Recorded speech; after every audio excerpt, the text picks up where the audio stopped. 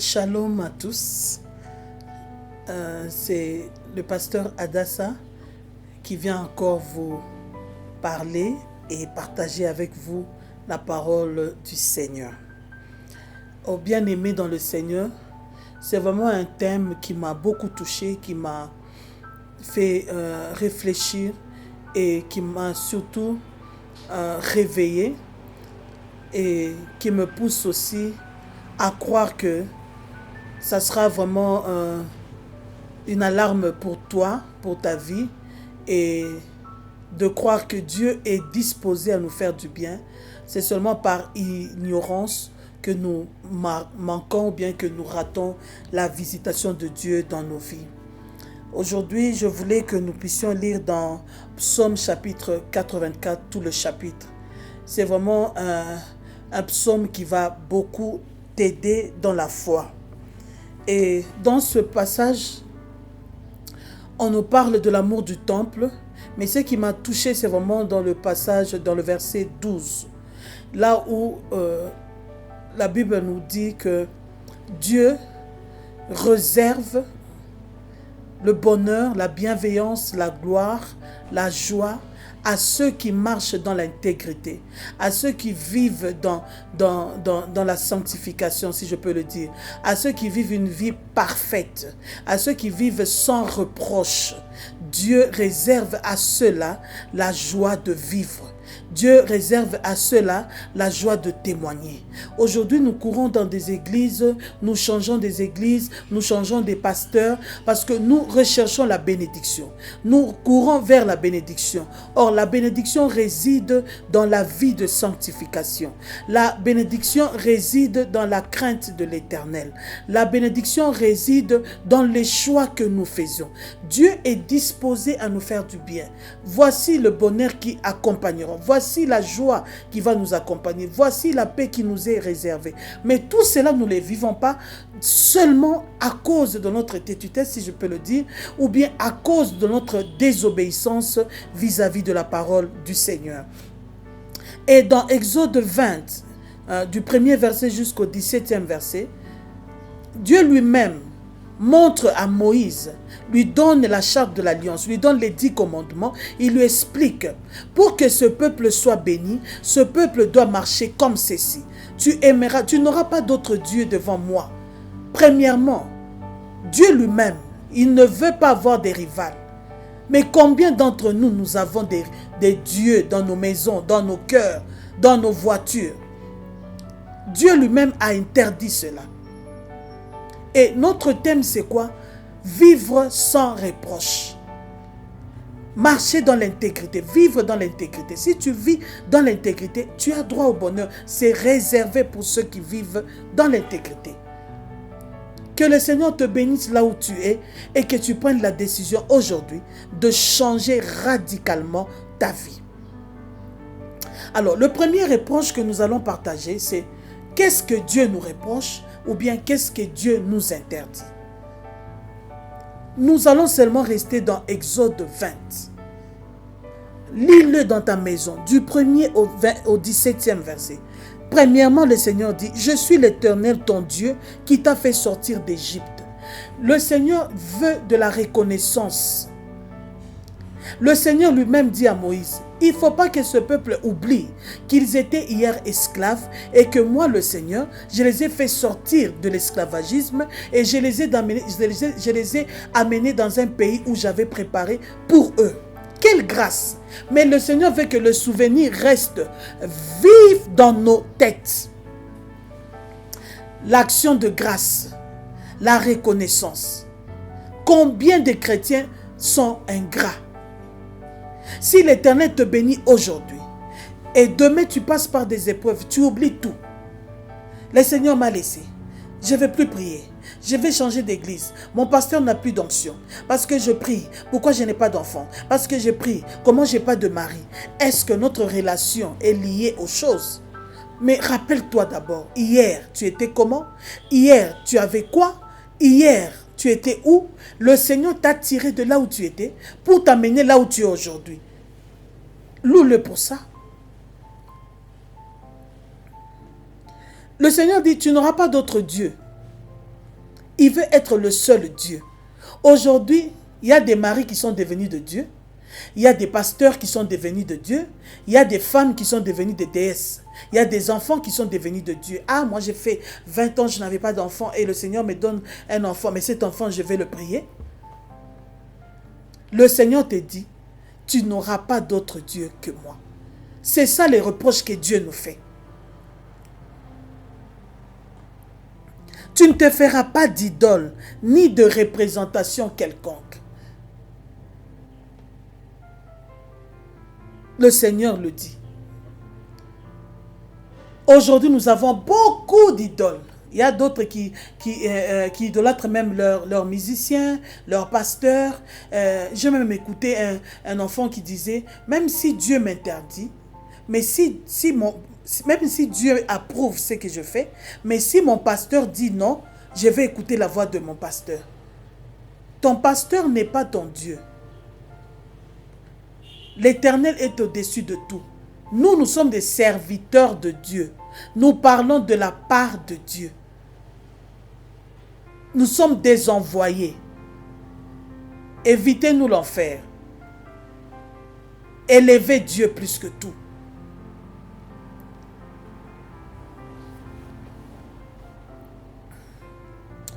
Oh mon Dieu, qu'est-ce que je peux te dire à propos de l'idolâtrie? Nous venons des familles idolâtres. Nous avons adoré, c'est vrai. Il y a d'autres qui n'ont pas adoré, mais beaucoup ont adoré. On a grandi, on a trouvé des idoles, des statuettes, des statues, des talismans, tout ça.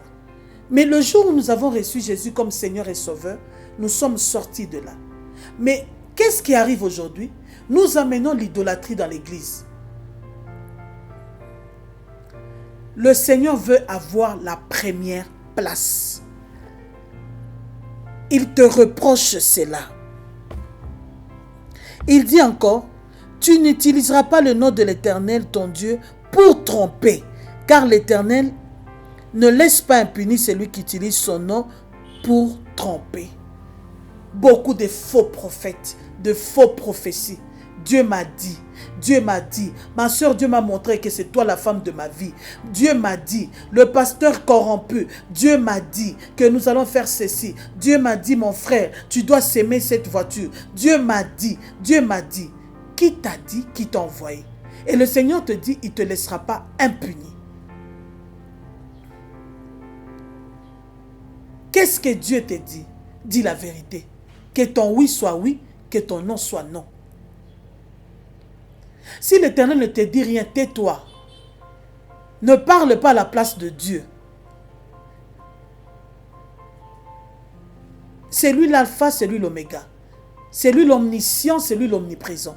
Il connaît toutes choses et il est capable de tout. Tais-toi et laisse-le faire. J'aime le Seigneur. Dans la Bible, tu vas voir, il y a d'autres guerres, le Seigneur disait ceci aux enfants d'Israël. Préparez-vous, sanctifiez-vous et restez là, vous allez voir. La délivrance viendra de moi. Il y a d'autres choses Dieu aime faire seul. Ne l'aide pas. Laisse Dieu être Dieu. Arrêtons de tromper. Si Dieu n'a rien dit, tu te tais, c'est tout. Aujourd'hui, il y a un vent des prophètes. Tout le monde est devenu prophète. Est-ce que vous savez qu'il y a des prophètes qui prophétisent une fois l'an? Ce n'est pas un péché. Si tu as la vision, si tu as un message clair qui vient de Dieu une fois l'an, au moins attendre ça. Et nous savons que lorsque tu vas parler, cela est vrai et cela vient de Dieu. Au lieu de parler chaque jour, mais qui ne viennent pas de Dieu. Arrêtons de tromper. Le Seigneur nous interdit le mensonge.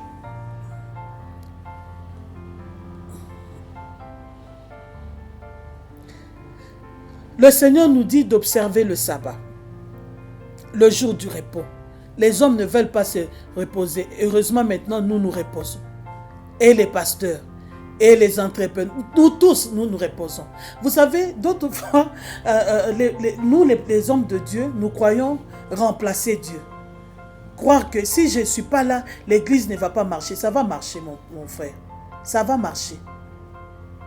Aujourd'hui, on est là Personne ne court derrière ses fidèles. C'est le Saint-Esprit qui agit.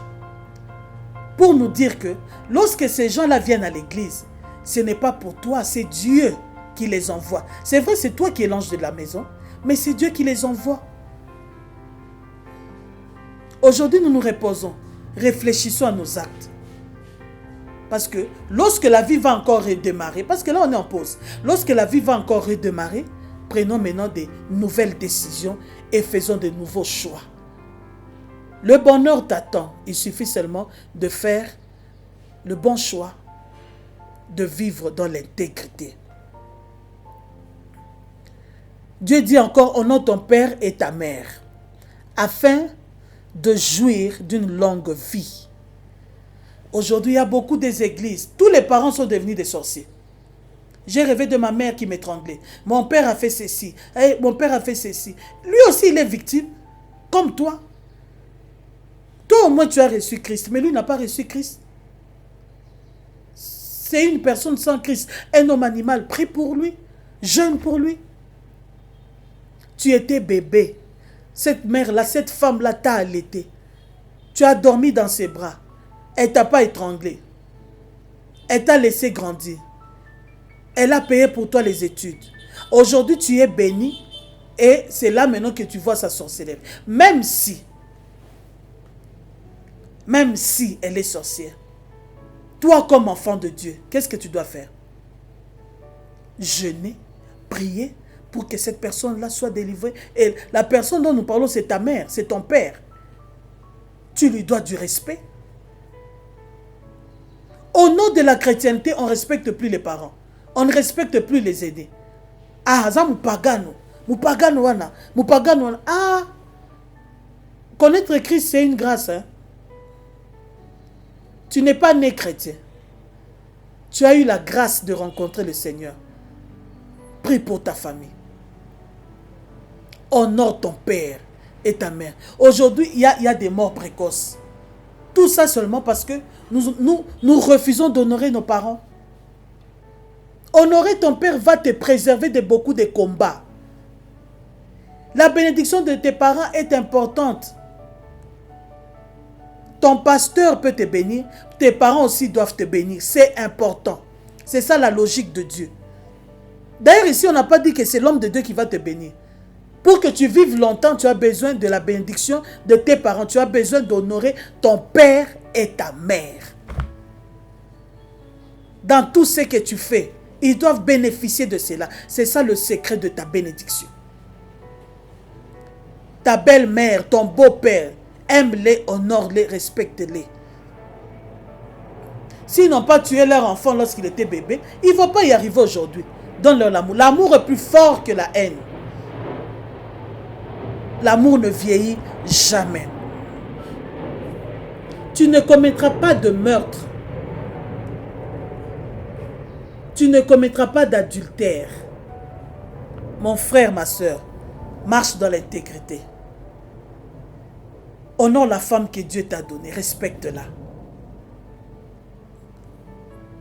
Ne fais pas ce que les enfants d'Israël ont fait dans Malachie. Papa, maman, ayez le temps de vous reprocher en ce moment. Écoutez le reproche de Dieu. Si tu es adultère, arrête cette vie. Choisis de changer. Les jours sont mauvais. Donne ta vie à Christ. Tu ne commettras pas de vol. Tu ne porteras pas de faux témoignages. Aujourd'hui, il y a d'autres mariages qui sont détruits à cause de faux témoignages. À cause de la méchanceté de la voisine, de la sœur en Christ. On est à l'église. Tu vas dire au frère, ne va pas te fiancer à cette sœur. Hier, elle était pute. N'ose même pas. Elle fait ceci. Non, non, non, non. Dieu dit, ne fais pas ça. Ne mens pas pour la vie d'une personne. À cause de la bénédiction, tu deviens sorcier. À cause du mariage, tu veux rater le ciel. Ne vole pas le mari d'autrui. Ne vole pas le bien d'autrui. Contente-toi de ce que Dieu t'a donné. Tu ne convoiteras pas la maison de ton prochain. Tu ne convoiteras ni sa femme, ni son serviteur, ni sa servante, ni son bœuf, ni son âne, ni rien qui lui appartienne. Tu ne convoiteras pas sa maison. Aujourd'hui, nous tuons pourquoi? À cause de la convoitise. Pourquoi lui? Pourquoi lui peut avoir une grande maison comme ça? Pourquoi lui peut rouler dans une grande jeep comme ça? Pourquoi lui? Hôtelier Caro. Tu ne convoiteras pas. Si l'autre est béni, c'est que toi aussi tu peux être béni. Attends ton tour. Le silence de Dieu ne veut pas dire qu'il n'est pas là. Il est là, il attend. Dieu nous avertit, nous donne le secret du bonheur. Dans Deutéronome, il le dit. Si vous faites ceci, vous serez bénis. Si vous vous désobéissez, vous serez maudits. Dieu nous donne toujours la solution à tout. Il dit, je mets devant vous la vie et la mort, mais choisissez la vie. Il nous montre que le bénéfice de l'obéissance, c'est le bonheur, c'est la joie, c'est la gloire. Respecte le nom de l'Éternel. Il nous donne le secret de la longévité. Ô esprit des morts, dans Koufaté au nom de Jésus, je ne mourrai pas, je vivrai, je raconterai les merveilles de l'Éternel. Ah ah, honore ton Père. Honore ta mère. Tu auras la longévité. Tu vas bénéficier du fruit du pays. Mes affaires ne marchent pas. Honore tes parents. Honore-les. Et tu vivras la bénédiction de Dieu. Tu vas invoquer le Seigneur et le bonheur va venir à ta maison. Qu'est-ce que Dieu te reproche? Dans tout ce que j'ai cité ici, tu te retrouves où? Réponds-toi. Ton corps est le temple du Saint-Esprit. Le plaisir est éphémère. La passion brûle, mais l'amour affermit. Prends la décision de vivre sans reproche devant Dieu. Dis-lui, Seigneur Jésus, je veux marcher dans l'intégrité. Je veux faire ta volonté. Apprends-moi à aimer mes parents. Apprends-moi à pardonner aux autres. À aimer mon prochain. À ne pas convoiter la bénédiction de mon prochain. Ce que tu me donnes me suffit. Ce que Dieu te donne te suffit. Si tu trouves que c'est insuffisant, attends encore. Il va ajouter. Marcher dans l'intégrité, c'est refuser la diminution dans ta vie. C'est refuser la souillure dans ta vie. Choisis d'être vrai. Choisis d'être parmi les fils qui font la joie des parents. Choisis d'être un bon fidèle pour ton pasteur, un bon fils pour lui.